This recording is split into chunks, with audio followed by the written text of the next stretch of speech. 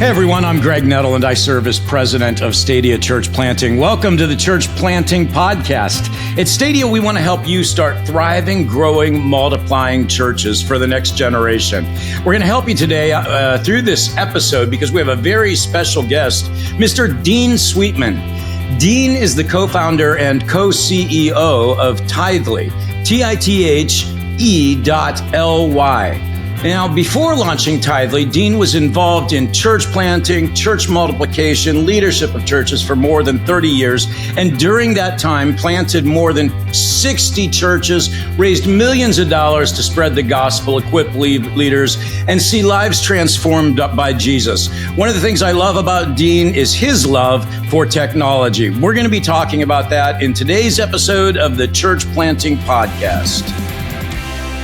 Well, this is a very important episode of the Church Planting Podcast, and I'm excited to have our very special guest, Mr. Dean Sweetman. Dean, welcome to the Church Planting Podcast.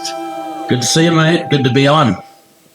Well, Dean, I mean, we're partners in ministry, and I love what you do. But man, I love your backstory as well. You weren't even involved in your faith, and the next thing I know, you're like planting churches all over the world. So, can you kind of just give us an overview of that kind of period of your life? Yeah, I got born again. I'd left school at the 10th grade. I wanted to be a professional surfer and, surf the world. Every parent's dream. Right. And that lasted about 12 months. And so, I was at a pretty low point in my life, actually. My friends had gone on. I just wasn't very good at school, and I didn't learn well in a classroom. I kind of learn more by doing rather than, reading. Which kind of is interesting, is how I ended up, doing ministry. I just was around a lot of great people that, knew how to plant churches and knew what it took. So I got born again, and then through a series of miraculous events, I got made the youth pastor. I got called up to speak at an evangelistic meeting on the beach because the speaker wasn't there, and the guy said, "Well, you're on," and like 12 people came to Christ. I'm standing in front of 1,000 people on the beach. Yeah, it was. And then I'm the youth pastor. And then we're going to start a seminary. This is a small charismatic church in Sydney back in the early 80s. And so in Australia, where I grew up. And before you know it, I'm in seminary. I got books I got to read. I don't read books very good back then. Now I read a lot, of course. Yeah. And then so that was kind of 83, 4, 5, kind of, in seminary and just continued to work, had a bunch of different jobs. And then it was, I had some mentors that were up close. And I would say, certainly I know Stadia believes in this, but if you're thinking about planting a church, you never want to do it alone. Right. Apart from, building a team that can help you, which is more of a kind of more current phenomenon. Back in my day, you just went fast forward into 1996, me and my family just moved to Atlanta with one connection. And that's from Sydney, you moved to Atlanta. Yeah, to plant a church. But I'll get to that bit in a minute. But in kind of the mid 80s now, there was a guy called T.L. Osborne. He was an evangelist, did a lot of stuff in Africa. Reinhard Bonnke, of course, I was enamored with Billy Graham. And, the first kind of usage of, whatever the gifts God gave me were around evangelism. So I did a lot of missions travel into, all through Asia, all through East Africa. I was in Rwanda when the UN was, trying to stop the war there. And we were preaching to thousands of people, leading them to Christ and, of course, feeding them and building, housing and all that kind of stuff.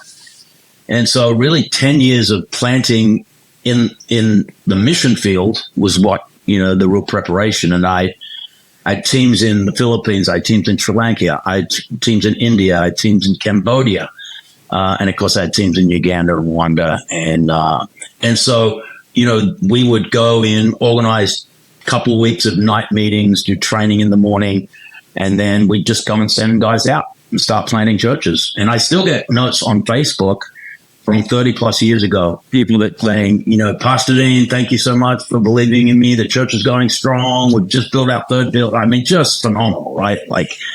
just heartwarming stuff, and to see what God can do with a willing person who's willing to say yes and take risks. And one of my favorite talks I give is always say yes to God. And so you leave Australia, you say yes, you move to Atlanta, then you start traveling to some really kind of challenging places and risky places and saying yes. And you're just affirming, man, sometimes it's not easy. It's often very hard, but it's always good. Yeah, this is pre-Atlanta, right? So this is 80s into the early 90s. I'm doing kind of this missions plan. So this is while you're still in Australia. Exactly. I'm in an Okay, I'm with you now. Thank you. Closer proximity to Asia. You can be pretty much anywhere in 10 hours. Yeah.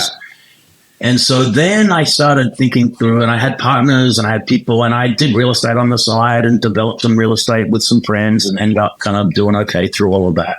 I was always bi-vocational and loved that. And then in the early 90s, I started thinking about, I always loved the US, loved America, had been to the US a few times, and just like, man, I think I'm supposed to go plant a church in the United States.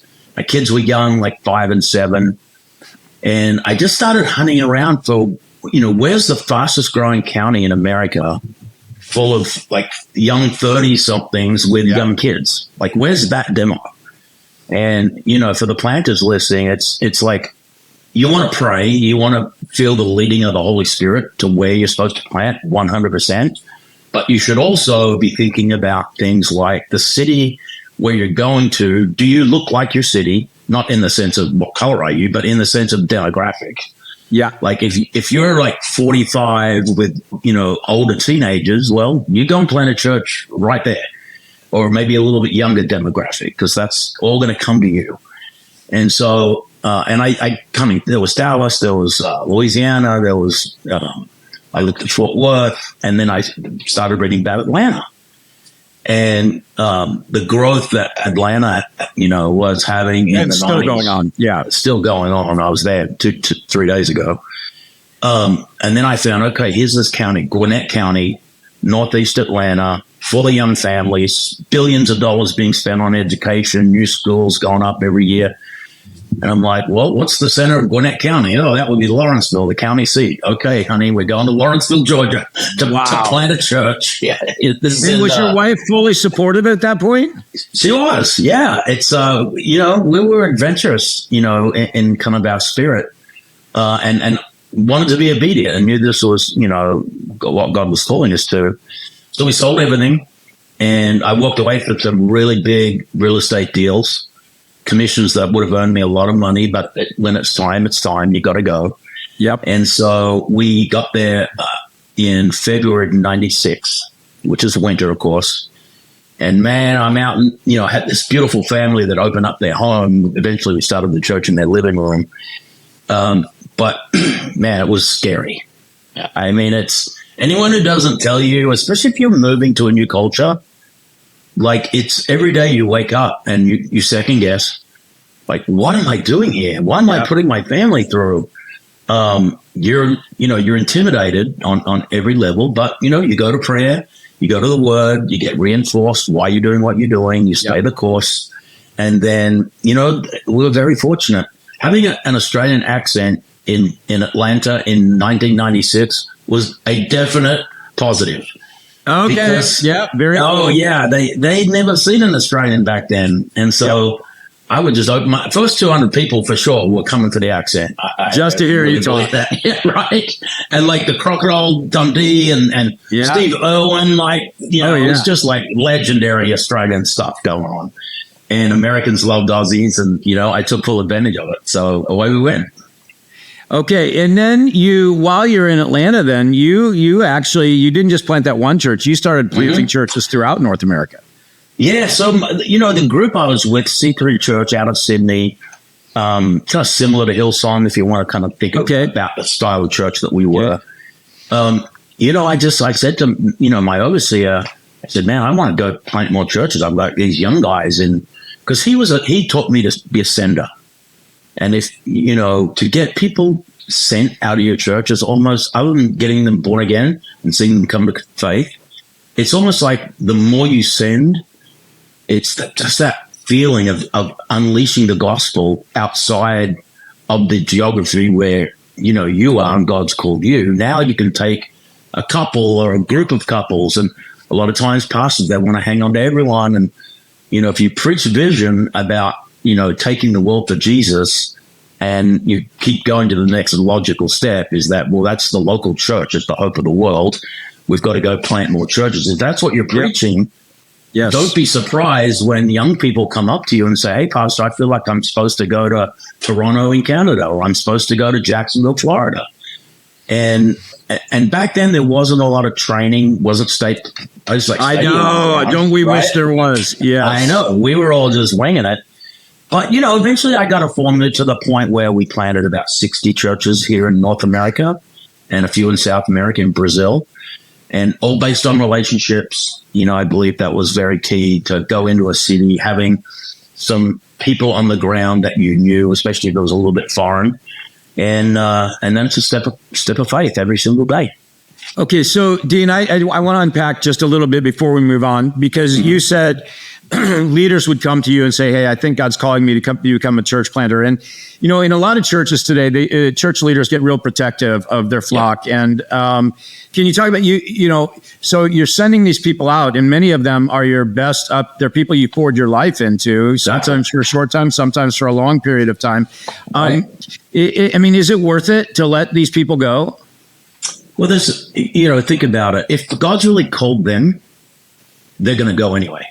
So why, I can, now I've said to plenty of people, hey, look, you should wait a year. Yeah, it's not time. Right, it's not time. I totally believe in you. I believe you got the gift, the calling's on your life. Let's just wait 12 or 18 months. It's, like to see the family get a little more strengthened. Yeah. Maybe the kids were the wrong age. And so there's reasons to wait. But ultimately, if God's put that seed of a church planter in someone, who might have stopped that and get in the way, but someone believed in me, and I was a big part of my own local church. And the other whole thing of it is, if you're a person of faith, you've got to believe that if you sow your best people, what's coming? More good people, more harvest. Yeah, right. So I want to let God do things through me, so he can get things to me. My philosophy, Dean, as well, when I was leading a river tree for all those years, was these people, these church plants are going to reach far, far more people than the single local church that God had called me to, right? Correct. And so it's such a great investment of the resources that God has entrusted us to. And you'll never know, right? All those churches in Africa, Asia, United States, until we get to heaven, the fruit of all that happened there. Okay, let's fast forward now, because you kind of had a kind of a light bulb experience at a Starbucks with your iPhone app. Tell us that story a little bit. Absolutely. So, the church in Atlanta was like approaching 20 years. I just went back there 2 weeks ago. The second phase of the building that I designed, they just completed it. So, congratulations! I just went and I celebrated that with them. But I started to. I always had this sense of, God, I love planting. I love building things. I love building people. I love discipling people, but I always had this sense of, man, I think I'm supposed to be in business at some point. Interesting. And I didn't know what I knew the real estate business, because that's what funded all my missions over the years. But that didn't really kind of strike me as what I was supposed to do. And then the iPhone had come out. I was super always into tech. I'd never line up for anything, but I lined up for the first iPhone. Wow. And my assistant was like, I don't even believe you're doing this. This is not like you. I'm like, this is a big deal. I think this is going to change the world. So I get the phone, then the App Store kicks in, right? A couple of years later with a bunch of Apple apps, and then they unleash the Apple Store, and anyone could make apps. And then, so I had a ritual going to get a coffee from Starbucks on my way to the office back then. And so I downloaded the Starbucks app, put my credit card inside the app. Now, you think this is 2012. Yeah. And now we just do it without thinking. Back then, like trusting your credit card information inside a phone app was not really a done thing. Right. But I was crazy. So I'm like, this will be fine. And I went to the local Starbucks. I pulled up the app. I had preloaded my drink. And I said, I want to pay with the app. And the girl said, I don't know what that is. And I said, oh, look, this is the Starbucks app. She goes, I still don't know what that is. I've got it right here on my phone right now. Right? I mean, most of us use that every time we walk up to a Starbucks now. I pre-do mine at the airport, so by the time I get through security, it's waiting. Brilliant. So she's like, and I said to her, I said, see that barcode reader? I said, if I hold this in front of it, I think something's going to happen. So we did it. She's excited. I'm excited. We go dink, and then up pops the ticket. Iced vanilla latte. Boom. She's like, yeah. And right at that moment, it was like, man, church giving should be that easy. Like, wow. That quick. So you thought, that's the thought that came to mind. Yep. Church giving should be that easy. That easy. And so, because I was always the guy, that taught, I would go to other churches and taught, teach generosity. I'd raise money for everyone. Yep. I was never afraid to talk about it. I knew I had a conviction around what the Bible teaches around money. And so, I was just that guy. And then I thought, man. So then my oldest son, who is a computer engineer, I said, man, can you work out how to build an app so we can use it in church? He's like, sure, Dad. All right. So no kidding. I go away, he's working at this point, and then I'm just doing my stuff, and he comes back and we catch up and chat and talk, and he went to Australia to do college for a year, but he was working on it. He comes back and says, I built it, and it's in the App Store. So I download it, stand up in front of my own church, and this is in 2013, and say, hey, church, you can download this app, and you can give through it. First month, tens of thousands of dollars started coming in. Yeah. So it was kind of like, wow, what do I do with this now? I told a few buddies about it. They started using it. Probably had 40, 50 people. It was a hobby at most. Yeah. And then through a series of different kind of life-changing events, I guess, I heard very clearly in my heart, like, you're supposed to go and build this business. So I resigned from my church. I took a sabbatical, which I needed. I was pretty worn out. Yeah. I was like 20 years, didn't really ever have a real long holiday. Like a lot of us. Yeah, like ministry. And, hey, Pastor, don't go too long without a break. My colleagues in Australia now, they build in a long service. I think it's 4 weeks every 5 years, and then every 10 is 8 weeks. Not enough pastors take extended. When I always tell people, look, you need to take a 2-week break at least once every year. Absolutely. So I took my team, the guy who opened the new building last week is still there. They're rocking it. And I moved to Los Angeles, moved to the West Coast, and just kind of took 6 months off, just recharging the batteries, what am I supposed to do? And I'm like, I'm supposed to build this giving app. So to shorten the story a little, I get some investment, some partners come in, they give me some money, not a lot. And I start working this business, and we get the website rebuilt. We start working on the second version of the app, and we're off to the races. And then fast forward to remember COVID hit the middle of March, right? In 2020. Right. So I've been going from 2015, we incorporated June, till March 2020, we were at 12,000 customers. Okay. 12,000 churches. Doing about probably 500-600 million a year through the platform. Okay, it's a lot. Yeah. A lot. Super happy, making money, profitable. We still the lowest. We don't charge for our a monthly fee for our giving app, like all of our customers do. So we're the cheapest. We think we're the best. Yes, you are. Yep. And then COVID hit. Yeah. And then we added 12,000 churches in 6 weeks. Oh my heavens! You doubled the business in 6 weeks. Double the business in 6 weeks. Went to 20,000. And quite frankly, Dean, just let me say thank you, because you allowed tons of those churches to stay alive.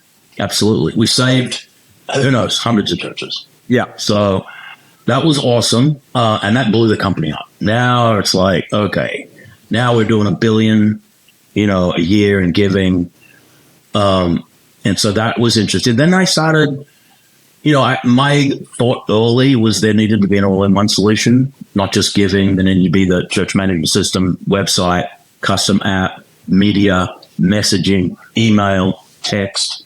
So I went about either buying or building that technology to what you see today. If you go to tithe.ly, all those products have kind of been acquired or built. And we're in this season now where, we call it 3.0, where all those software, they all talk to each other. It's all one platform. It's all integrated. And it's still, like if you got all those software products from different vendors, it's about $600 a month, $119 from us. So we can give you. It's the least expensive of all. And right. now and we give it away to church planners, right? You give it away, church planners. Right. Church planners, did you hear that? They give it away to church planners. 12 months. Yep. We give the whole thing, help you set it up and everything. And, and now you crossed 50,000 churches using it, right? So we just gone 350 and, 2.5 billion this year, I think we'll process in donations. Okay. And I mean, I just, it was all, I remember when I was leading River Tree and, we're dealing with the theology of this. Well, it doesn't feel like we're really giving, and it should be, I got to take those dollars out of my wallet or write the check. It makes me laugh now when I look back on it. But, until, in our churches were all in Northern Ohio, Dean, and every year invariably we'd have at least one, if not 2 or 3 snow weekends where literally people couldn't come to church. And we went from, taking huge financial hits on those weekends because people never made it up to literally, I would be like, oh yeah, it's a snow weekend. We don't have to, work on, there was part of me that did say that. And and people's giving just kept coming in. Right. So let's talk about the discipleship aspect of using something like Tithely. Yeah, absolutely. So, it's no different than when you think about 2,000 years ago, offerings or animals. Yeah. Right? And coins. We know that in scripture. Go through the years, and then you arrive at this place in the 20th century where, giving is with cash, and in America, mostly America, nowhere else in the world, with a check. And it's just a form, it's just a piece of paper that's backed by a bank and some money that's in a bank account, and the money's transferred. So it's still just transferring money. Where it comes from, which is what we believe, it comes from the heart, and it's out of obedience of the giver to scripture, to support the local church, to elevate Jesus as number one in your life. And so what I used to teach is, back in the day, we'd hold the envelope and pray. I always used to pray around the offering. Now I'm like, hey, everybody take out your phone. Yep. We're going to pray.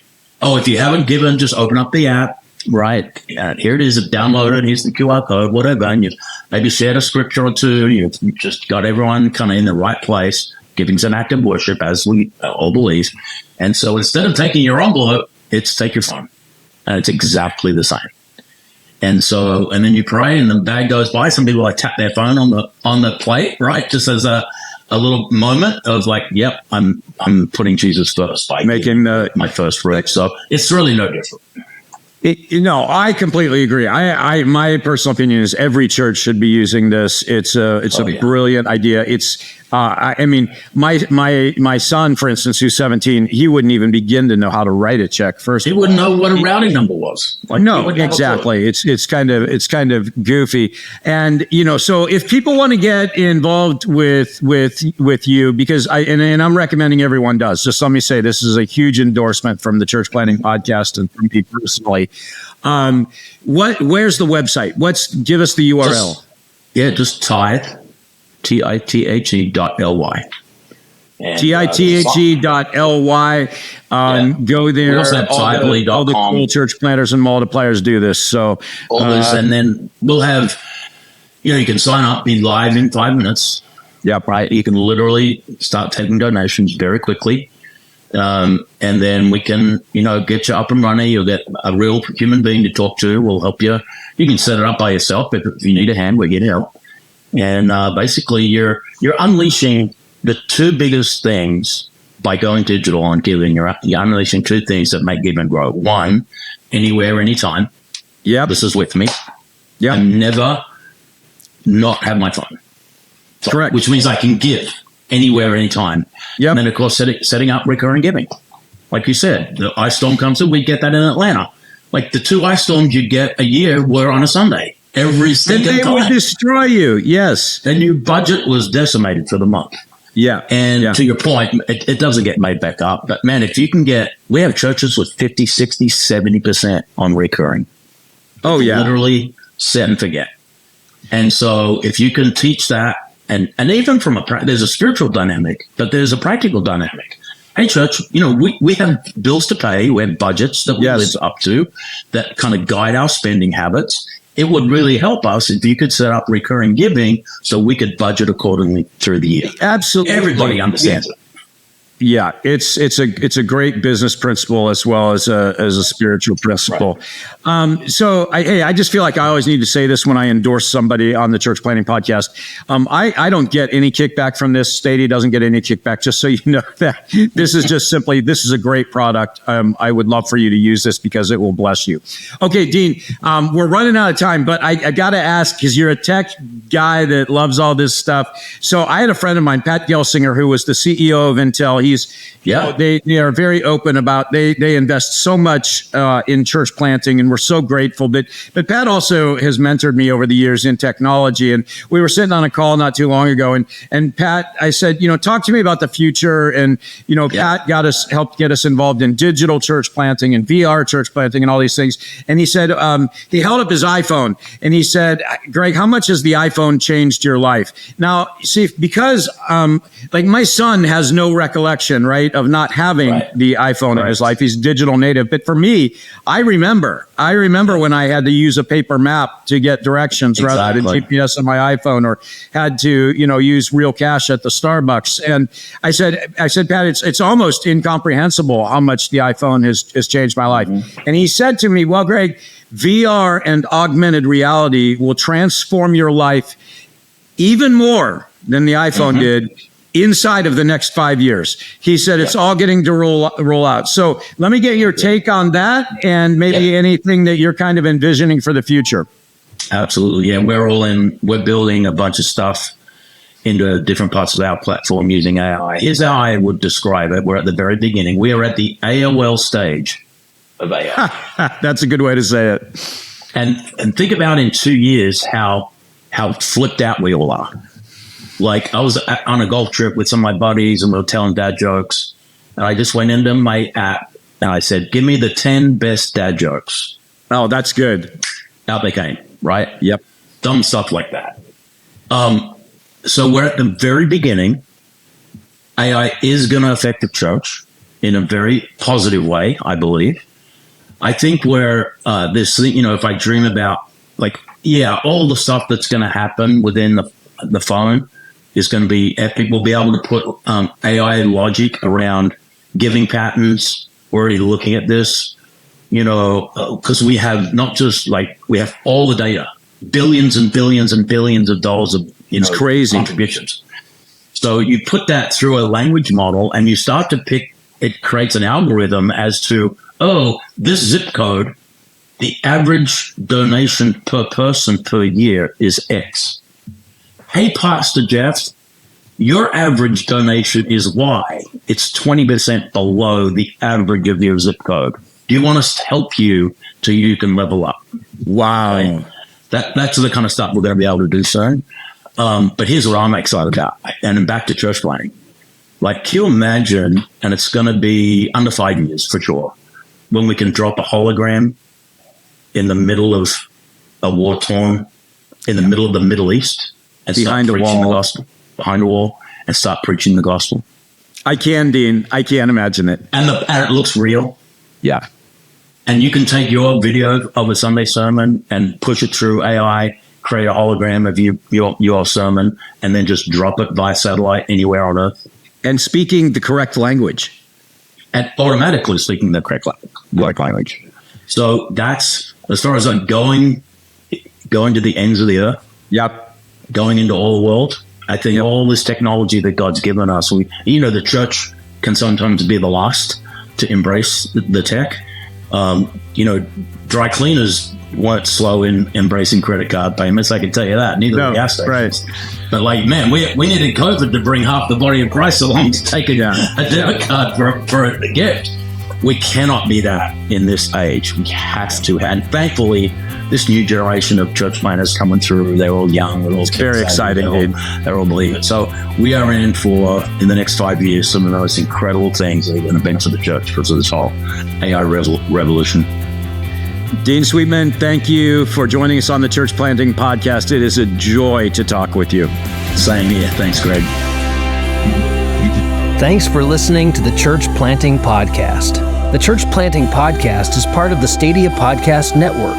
To find more great episodes and to see how Stadia can help you start thriving, growing, multiplying churches for the next generation, be sure to check out stadia.org/podcasts.